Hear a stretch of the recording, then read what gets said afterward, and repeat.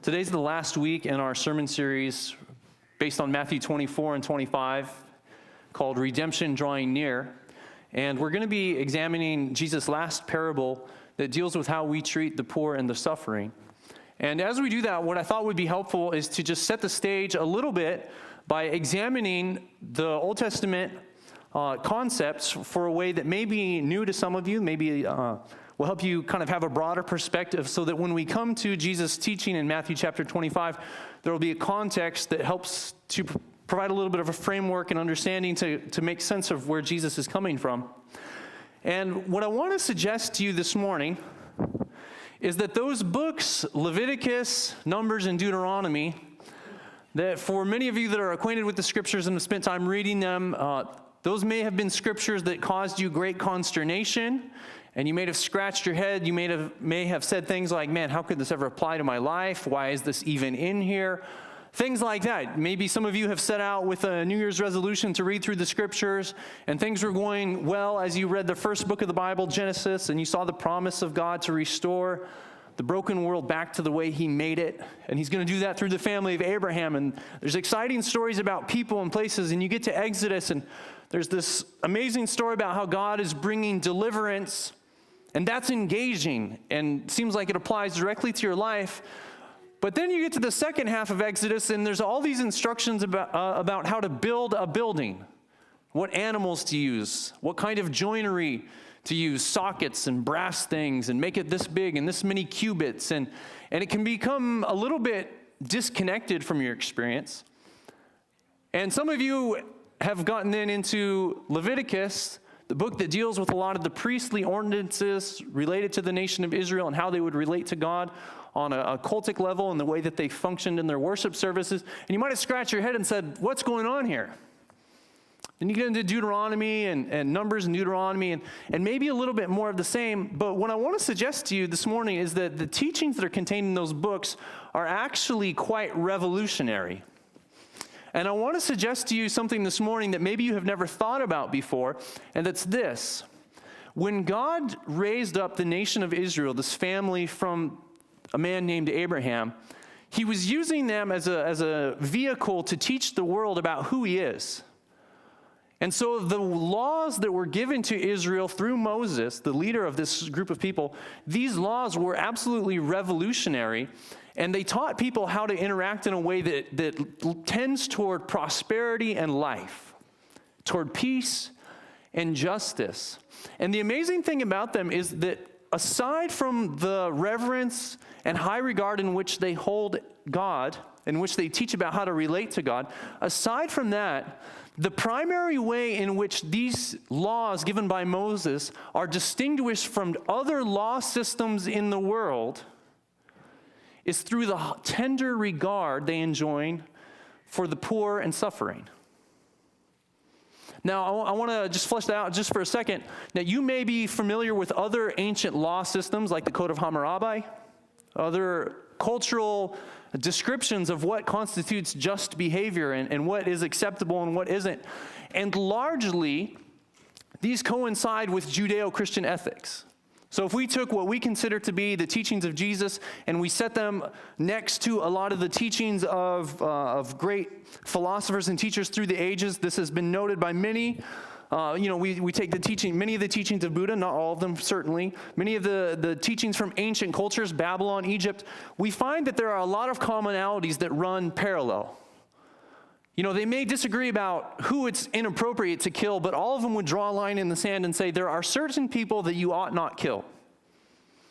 Some of them would draw the line in other areas, in certain places, and they say, it may be appropriate not to tell the truth in certain instances, but there are certain times in which strict truthfulness is required.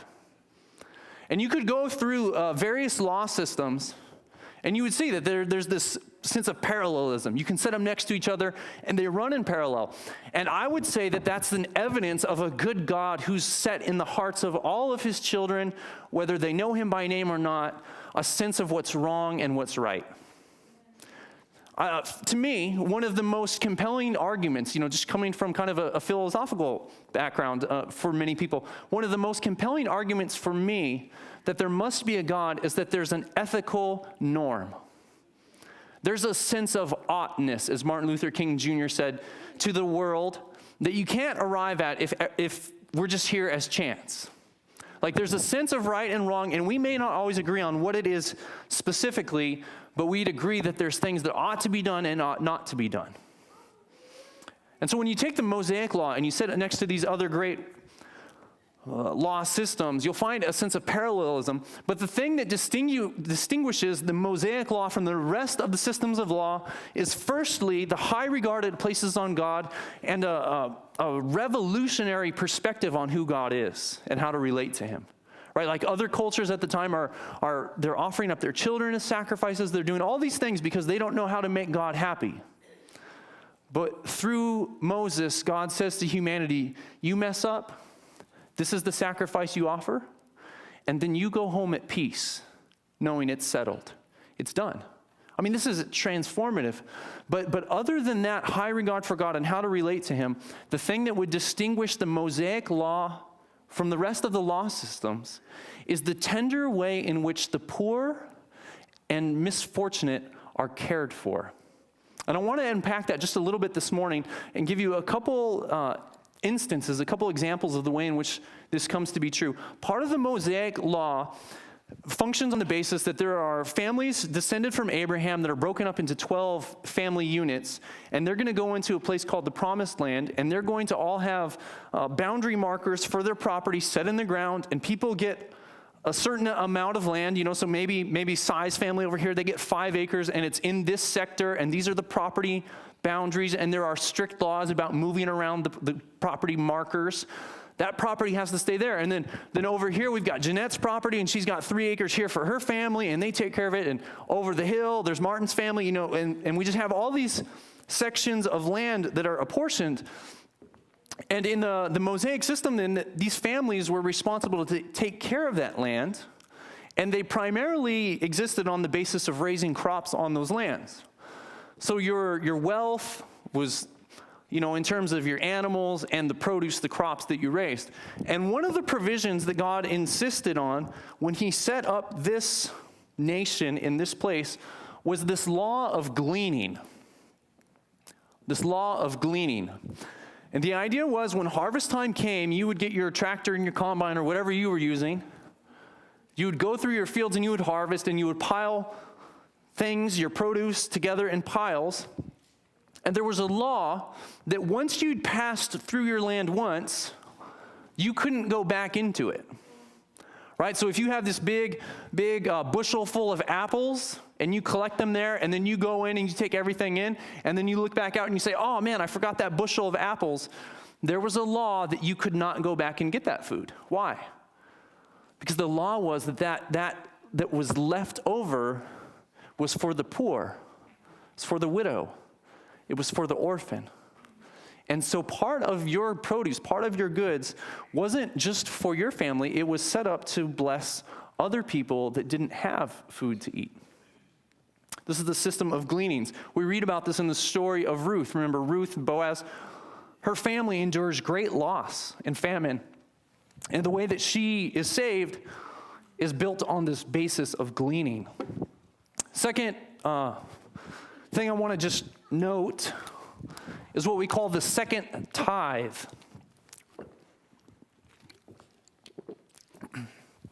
The second tithe. The Israelites took 10% of their income. That's what the word tithe means, a tenth. They took 10% of their income and committed it to religious gatherings. Excuse me. But part of the law of Israel was that there was a second tithe. Did you know that? So they didn't give just 10%. They actually gave closer to 25%, maybe 30% of their income. And the second tithe functioned in this way. For 2 years, 2 consecutive years, they would take another 10% of their income or money, produce or money. They would travel to Jerusalem, and there they would have a feast where they would invite the Levites who had no land and the poor, and they would celebrate together there. And then every third year, they would actually use that tenth of their income at home, and they were supposed to hold a feast and invite people that didn't have means to come to their homes, to come to their feasts, and they would eat together. And the idea was that 10% of your income essentially was set aside as a fund to help alleviate suffering in people that were around you that couldn't take care of themselves. This was the second tithe. And not only were you using money to give to them, but the requirement was actually that you use the money to host an event that people were invited to. So people that were disenfranchised, people that were poor, people that didn't have enough, not only were they taken care of, but they were invited to be part of the community gatherings. They were given a seat at the table. This is the second way in which the Israelite system is distinguished from other law systems. A third way that's fascinating is that the Jews were forbidden to lend to poor people and charge interest. Did you know that? So all the payday lenders that you see, super high, exorbitant interest rates, these were forbidden. Jewish people were not allowed, if a poor person came and said, I need a little bit of money for this, you were supposed to loan them the money they needed, and you couldn't charge interest on it. Now, this is astounding, but if you understand that in the context of the sabbatical release, it's even more interesting. You see, every 7 years, there was a sabbatical, and these agrarian people, they would not plant, they wouldn't harvest, they would only harvest what grew of itself, so they weren't actually out in the fields working. And so every 7th year, the Israelite culture was actually set up for people to have a break. Does that sound like a good idea? So you work hard for 6 years, and then the 7th year, you don't go out and plant stuff. You don't worry about taking care of your fields and your crops, and you just let them go. And whatever grows of itself, you can go eat. But poor people were given, this produce that came of itself was viewed as the rightful property of the poor. And so you read about Jesus wandering through the grain fields on the Sabbath with his disciples, and they're picking grain, and some of us are saying, man, these guys are stealing. No, this is part of the Israelite economy, that food in your crops is actually, to a certain extent, the possession of people that are hungry. They can go into your fields, and they can take your fruit, they can eat it, because it's God's blessing through you to everyone. Now, in the sabbatical year, every 7th year, the Israelite economy was set up that if someone was poor, they could sell themselves into slavery, kind of like a bond servant, an indentured servant, and they could work for you, but the deal was every 7 years, all slaves that were Hebrews were set free. Now, sometimes people will say, man, the Bible is such a backwards book because it endorses the practice of slavery. Now, one of the things that we should understand about that is that there's a lot of factors in that, but I just want you to think about this for a second. Every 7th year, slaves were set free. And along with that, every 7th year sabbatical, any loan that was outstanding was canceled at that 7th year. And God expressly forbid the Israelites to not loan to people because they knew the 7th year was coming. Right, so if we're 3 months away from the 7th year sabbatical release, and I say, Arland, I need some money, man. I need like $15,000. And I've got good reasons for that. And Arland is thinking, yeah, but in 3 months, that debt is forgiven. God explicitly said to Arland, don't you dare withhold loaning to him just because the 7th year is coming. You loan to him what he needs. This is revolutionary. So this is raising a lot of questions, I know, I'm sure, in your mind. You're thinking like, how does this world work? But I just want to plant this little seed in your mind. Sometimes people look at the Bible and they say, man, this is so backwards. They enjoined the practice of slavery, but the biblical slavery for the Israelites in this time was more like an indentured servant. And they didn't have a world that had 30-year mortgages. 30-year mortgage? Not a thing in Israel. 6-year mortgage, right? So maybe they would look at us and say, man, you guys are so backwards. You sell people into lifelong slavery just so they can have a house, right?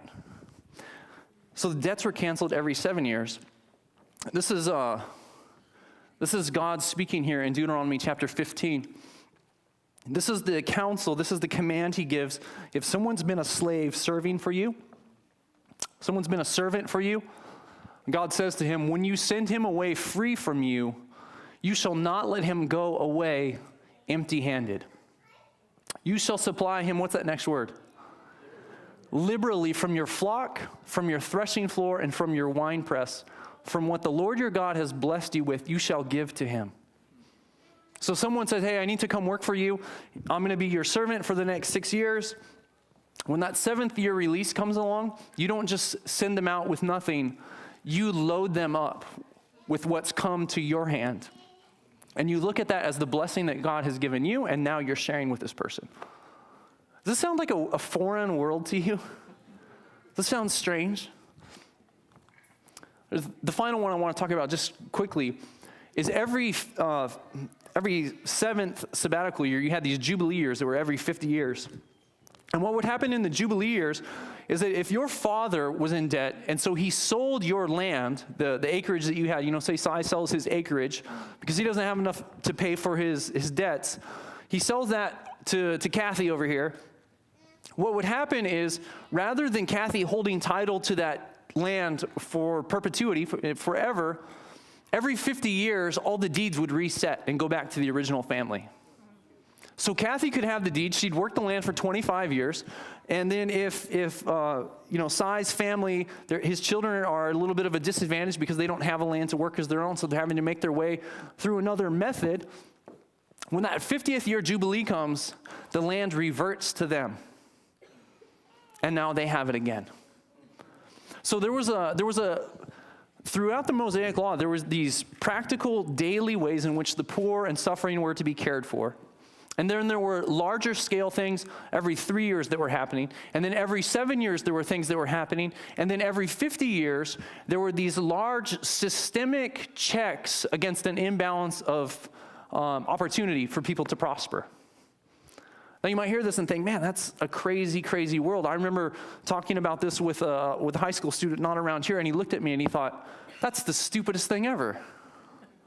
Right? And what was he saying? He was saying, look, I play Monopoly, and the point of the game is you all start with an equal amount, and whoever gets Park Place and Boardwalk, if they play their cards right, by the end of it, they should have all the money. And what you're telling me is halfway through the game, the whole thing resets and everyone has money and the properties they originally bought.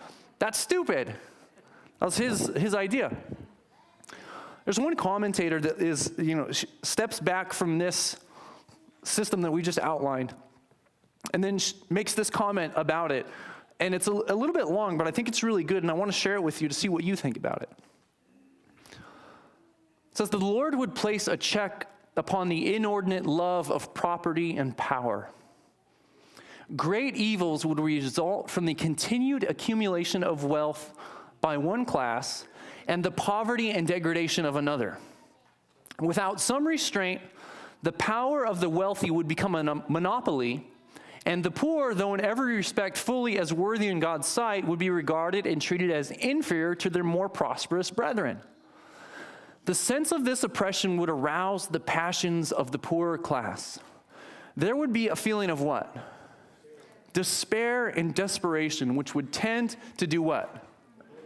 Demoralize society and open the door to crimes of every description. Does that ring true to you?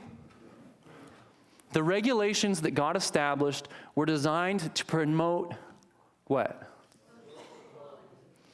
Wow. The provisions of the sabbatical year and the Jubilee would, in a great measure, set right that which during the interval had gone wrong in the social and political economy of the nation. They might think, man, that's an interesting world to live in. It goes on. The commentator says this isn't just for poor people to be benefited, this is actually for the wealthy as well.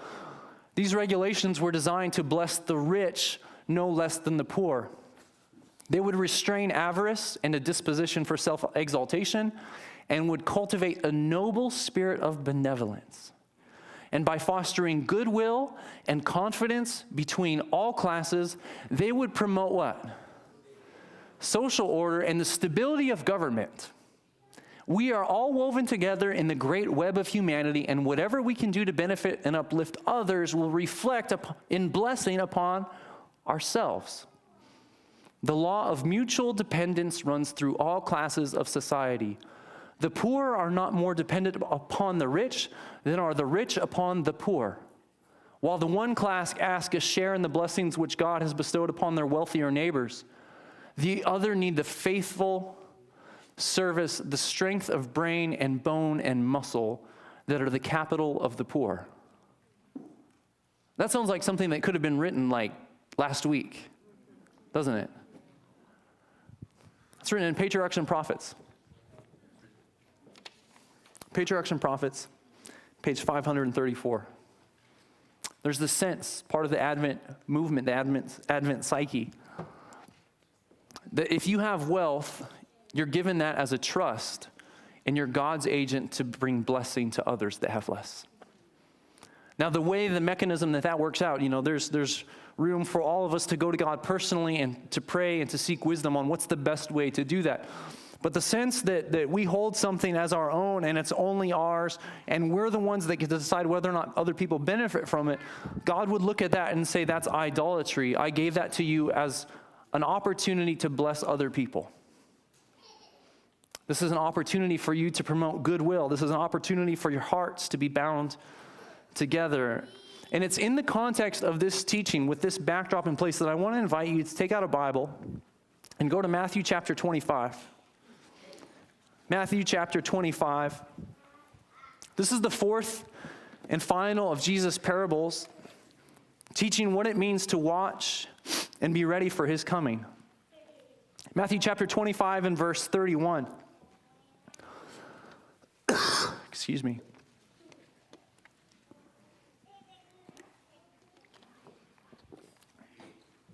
Matthew chapter 25, verse 31. Jesus is given a teaching to let his disciples know the signs that he'll return to earth. And in each of those stories, he breaks a judgment scene down. He breaks the defining question down into just a simple thought. Firstly, he raises the question, are you sharing what God has done in your life with others? Is that something that other people are being invited into? He raises a scene, the parable of the virgins waiting for his coming. And he confronts us with the single thought, the single question, are we living in a covenant relationship with God each day? Are we being filled by his Spirit every day? In another, he opens the judgment scene question, and it relates to a single thought, a single question.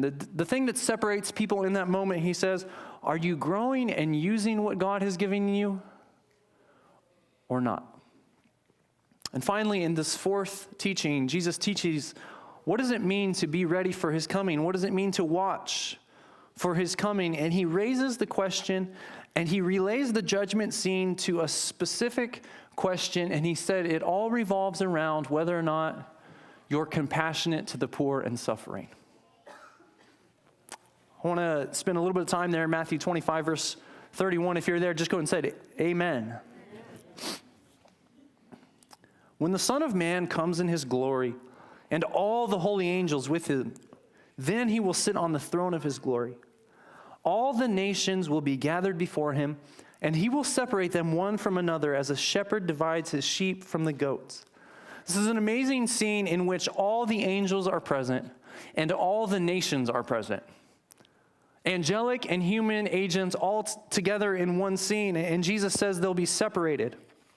They'll be divided. And the feature that divides them will not be, as we'll find, your allegiance to a certain political school of thought. It won't be your religious affiliation. It will be a very simple and practical question. It says that, verse 33, that he will set the sheep on his right hand, but the goats on the left. Then the king will say to those on his right hand, come, you blessed of my Father, inherit the kingdom that's been prepared for you from the foundation of the world. For I was hungry, and you did what? I was thirsty, and you what? I was a stranger, and what did you do? I was naked. I was sick. I was in prison. Verse 37, Then the righteous will answer him, saying, Lord, when did we see you hungry and feed you, or thirsty and give you drink? When did we see you a stranger and take you in, or naked and clothe you? Or when did we see you sick or in prison and come to you? And the king will answer and say to them, Assuredly, I say to you, inasmuch as you did it to one of the least of these my brethren, you did it to me. Verse 41 continues, Then he will also say to those on the left hand, Depart from me, you cursed, into the everlasting fire which has been prepared for the devil and his angels. For I was hungry, and you gave me no food. I was thirsty, and you gave me no drink. I was a stranger, but you did not take me in. Naked, but you did not clothe me. Sick and in prison, and you did not visit me. Then they also will answer him, saying, Lord, when did we see you hungry or thirsty or a stranger or naked or sick or in prison and did not minister to you?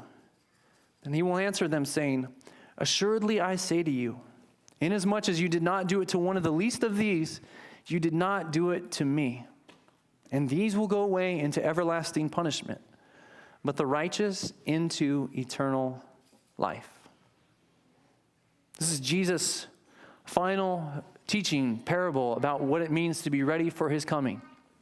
And he takes all the nations, Australians, Americans, Canadians, the African nations, the European nations, the Latin American nations, and he puts them all in one place. People from different religious backgrounds, people that have professed the name of Christ, people that haven't professed the name of Christ, and he puts them all in one setting with all the angels gathered with him, and he defines the judgment down to a single question, and he says, when I was in a bad way, did you take care of me? Jesus gives a very reductionistic view of the judgment in this passage. And he asks the simple question, when I needed help, did you help me? He doesn't ask what you believed. Because the truest evidence of what you believe is what you do. He doesn't say, do you think the poor should be cared for? He said, when I was poor, did you take care of me? He makes the question very personal and pointed. And he simply asks, when I was in a bad way, how did you treat me? Something that's fascinating to me about this story, that's fascinating about this parable, is when Jesus confronts the righteous and he says, hey, come into the kingdom that I've prepared for you. Come into that kingdom that I've set aside for you, that's all ready for you. Because you served me when I was down and out. You took care of me. Something that's so interesting to me is that the righteous respond and they say, when did we ever do that? They're completely unaware of what they've done. And the same, when the wicked are confronted and Jesus says, when I was down and out, you didn't take care of me. They respond and say, when did we bypass the opportunity to take care of you?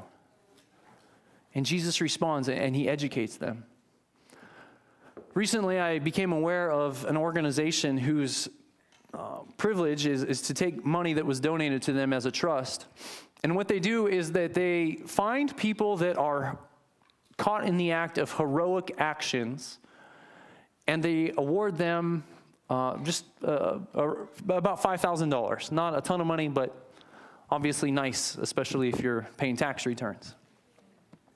So this organization then is in the business of finding heroes and awarding them for their service. One of the people that they awarded was Laura K. Shrake. She was 21 years old at the time this happened. She happened to be driving by a field with a bull in it with horns. And as she looked, she saw that bull was goring the woman that was in the field with it. So she got out of her car, climbed through an electric fence onto the other side, and then another bystander gave her a 2-foot long section of pipe, and the woman that was being gored said to her, hit him and keep hitting him. So she marched up to this bull with horns that's being violent, and she begins pummeling it with this pipe, and it's not a long pipe. She's pounding it. She's 21 years old. Now, while she's doing this, it'll gives the other woman that's being gored enough time to crawl away. And she gets out to the other side of the fence, and then this woman, Laura, that has stopped to help, she runs away and gets through the fence. And as soon as they're through the fence, they look back, and the bull is right there after them, right? So she's awarded this award for being a hero. Rightly so, wouldn't you say? The woman in the field, complete stranger. Didn't know her.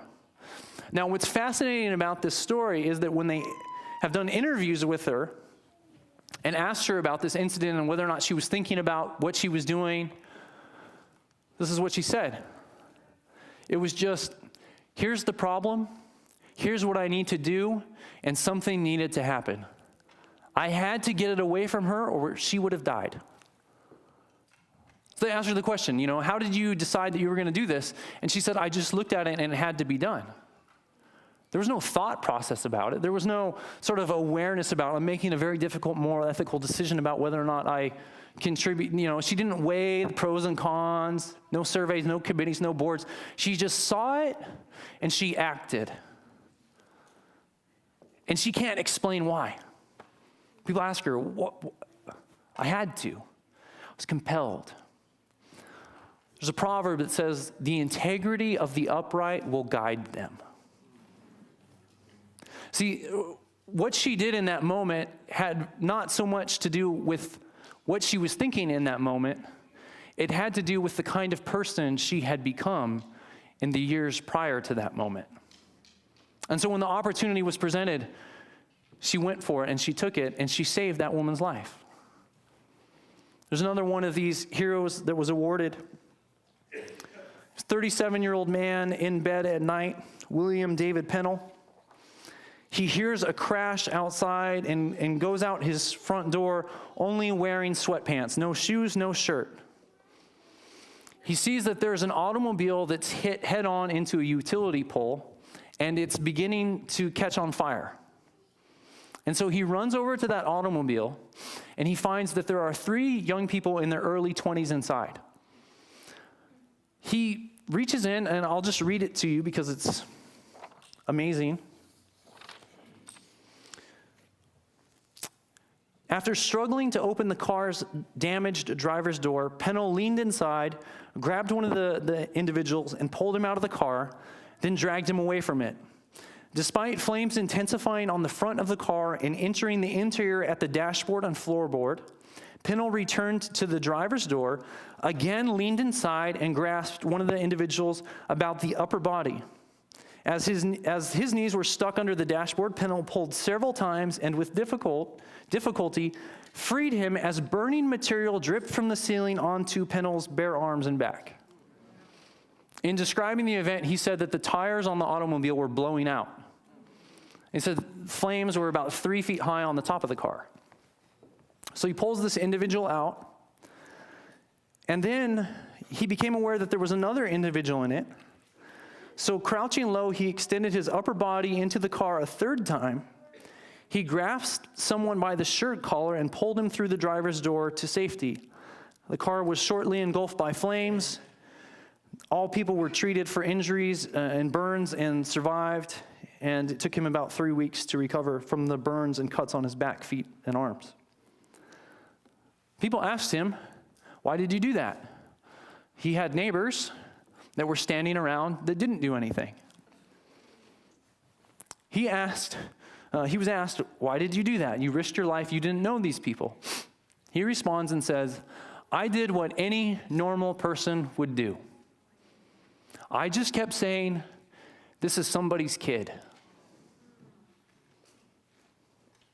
There's no thought process, right? There's no moment of deliberation. This is just a man who has compassion, and he has a 14-year-old daughter, and he's thinking to himself, if that happened to my daughter, I hope someone would do the same thing. And so you ask him, hey, are you guys heroes? Say, we're not heroes. Time and again, when this organization that awards these awards to heroes asks them and interviews them about these moments, they say simple things like, what else could I have done?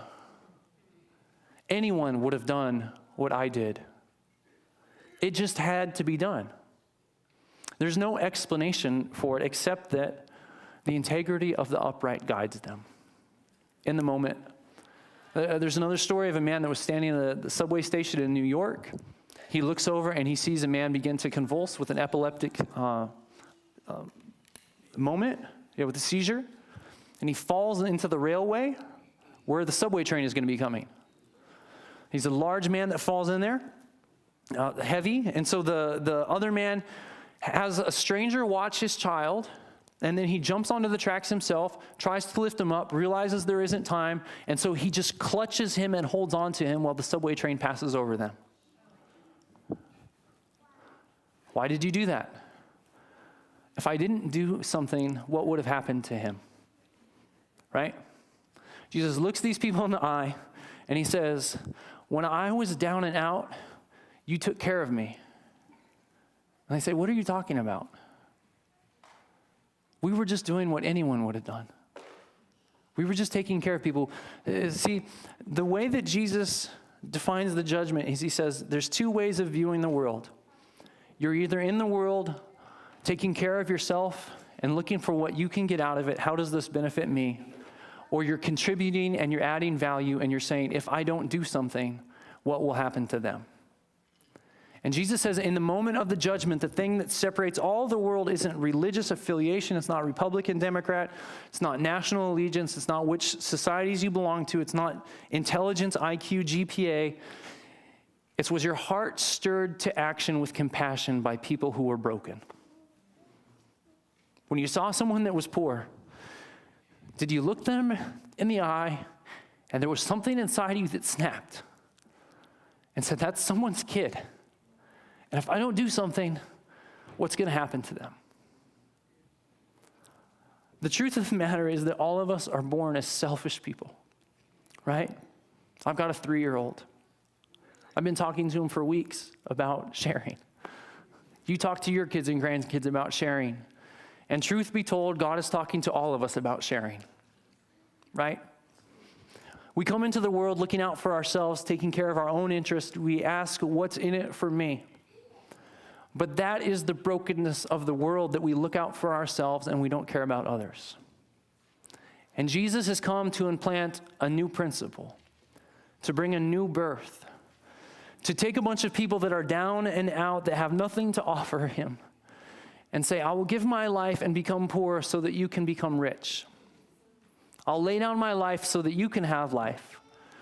And I'll do it not because I expect a great return, but because the compassion that I have compels me to act. And Jesus says to his friends, to his family that are moved by that same compassion, man, I have a place that you're going to love. It's where people are actuated by the same thing that drives you. I can't wait to invite you into that place. Jesus says, enter into the joy of the Lord, enter into the kingdom that's been prepared for you. It's been made for people that are activated by this. This morning, I'm looking at a group of people that I believe are compassionate and have hearts for God. I was thinking the other day, if Hoodview Church ceased to exist, how would it impact the community? I was thinking there would be people that wouldn't have enough groceries to feed their families. There would be people that used to be homeless that are now living in homes that would be homeless again if there were no Hoodview Church. I was thinking about young people that are in the most difficult transitional moments of their lives that wouldn't have bags of love to provide them with the essentials they need and a sense of comfort that someone cares in their moment of crisis. I was thinking if Hoodview Church ceased to exist, there would be prisoners. If the people here, I'm not just talking about the building, I'm talking about you, the people. There would be prisoners that wouldn't have people visiting them, sharing that there's hope and that Jesus can transform them and give them a new beginning. There are people that would not have someone that would care for them and take them to their medical appointments. There are people that wouldn't be in schools and learning about Jesus because they wouldn't have the money in order to afford the tuition. This is not an exhaustive list. This is just, I was thinking about you, our family here. There are refugees that would have an even more difficult time of getting the resources they need in order to live their lives. There are people in the winter that would be cold because they wouldn't have someone pushing for coats to be collected and given to those who need them. There would be people that wouldn't have the medical health care at no cost that they need if Hoodview Church weren't there. I'm looking at a group of people that are stirred by the things that stir Jesus' heart. And I want to say thank you on behalf of Jesus. And I want to say to you, if you're someone that's saying, man, I haven't been involved in that, I live an inward-focused, selfish life, I want to invite you to ask Jesus to open your eyes today and to participate with him in things that matter, in things that transform the world. Because when we serve others who are down and out, we find ourselves right next to Jesus. It's a beautiful statement. Many feel that it would be a great privilege to visit the scenes of Christ's life on earth, to walk where he trod, to look upon the lake beside which he loved to teach, and the hills and valleys on which his eyes so often rested. But we need not go to Nazareth, to Capernaum, or to Bethany in order to walk in the steps of Jesus. We shall find his footprints beside the sickbed, in the hovels of poverty, in the crowded alleys of the great city, and in every place where there are human hearts in need of consolation. In doing as Jesus did when on earth, we shall walk in his steps. I don't know what your religious background has been, but I want to say to you, if you're just living inwardly, you're missing out on the joy of walking where Jesus is walking. You're missing out on the experience of seeing him work miracles in people's lives. You're missing out on the joy of the light bulb moments when people who have never had someone that took them under their wing and taught them how to live life in a way that is healthy begin to get it, and their family trees are forever altered. I want to invite you on behalf of Jesus to continue and to ramp up how you're investing in the poor and the suffering. Let's pray.